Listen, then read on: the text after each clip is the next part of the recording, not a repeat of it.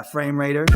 Let's get into the 7800, the system that quote-unquote reinvented the video game. Despite Atari claiming back when that the system was an immediate smash hit, I doubt you know of anyone that actually owned one of these. Yeah, Atari was always making themselves out to be something more than what they actually are. The 2600 was indeed a smash hit, selling almost 28 million units worldwide, but their preceding generation, the 5200, sold somewhere between 1 and 2 million. "Keep trying, we're making them as fast as we can," a commercial said in regards to the 5200. A bold marketing move to persuade customers into thinking they needed to jump on it, and fast. Perhaps this worked to a degree, but ultimately the 5200 is considered a flop due to the dramatically low sales in comparison to its predecessor. The 7800? Slightly better, selling somewhere between 3 and 4 million. Atari had prepared this time for the 7800's potential failure. The console sold for significantly cheaper than the two consoles before it, and a majority of the games sold for under $20. Of course, that's before inflation, but still, the prices were reasonable. Would that give consideration to a purchase? Not really, because the Nintendo Entertainment System was a thing already. We'll talk more about the system itself after we take a look at the library of games, since that's what you surely came here for in the first place.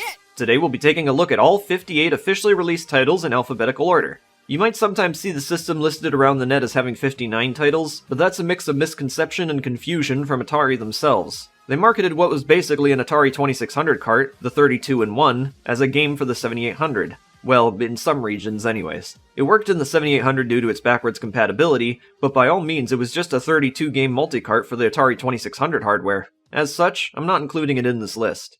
The backwards compatibility with the Atari 2600 library was a double-edged sword. You see, Atari didn't bother to give the 7800 its own dedicated sound, instead using the same TIA chip from the 2600. This meant that while you had 2600 games, you also had to deal with games being developed for the same primitive sound technology. One of the games actually hurt my ears and gave me a headache. I'll specify when we get there.